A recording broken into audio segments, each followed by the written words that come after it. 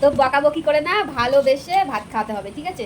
বকাবকি যদি করি তাহলে ভাত কটা আরোই খাবে না, সেজন্য ভালোবেসে আদর করে ভাত কটা খাওয়াতে হবে।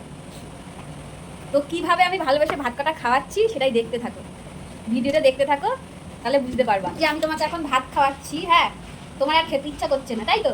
তুমি মুখে নিয়ে নাও, আমি একটা কথা বলছি, মুখে নাও।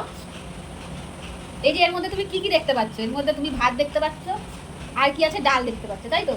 হ্যাঁ, এই ভাতটা যদি তুমি ফেলে দাও তাহলে কি কি নষ্ট হবে জানো? এই যে ভাতটা নষ্ট হবে, এই যে ডালটা নষ্ট হবে, ডালের মধ্যে মশলা আছে, তেল আছে, গ্যাস দিয়ে রান্না হয়েছে, পয়সা তো নষ্ট হবেই তার মানে। হ্যাঁ, কিন্তু আর একটা জিনিস কি নষ্ট হবে জানো? এই যে তোমাকে আমি এত ভালোবেসে মাখিয়ে খাইয়ে দিচ্ছি দিচ্ছি তো, সেই ভালোবাসাটা নষ্ট হয়ে যাবে। তারপর আমি এত ভালোবেসে তোমার জন্য রান্না করেছি, সেটাও নষ্ট হয়ে যাবে। তাহলে তুমি কি চাও যে নষ্ট হোক জিনিসটা? হ্যাঁ, হ্যাঁ কি না?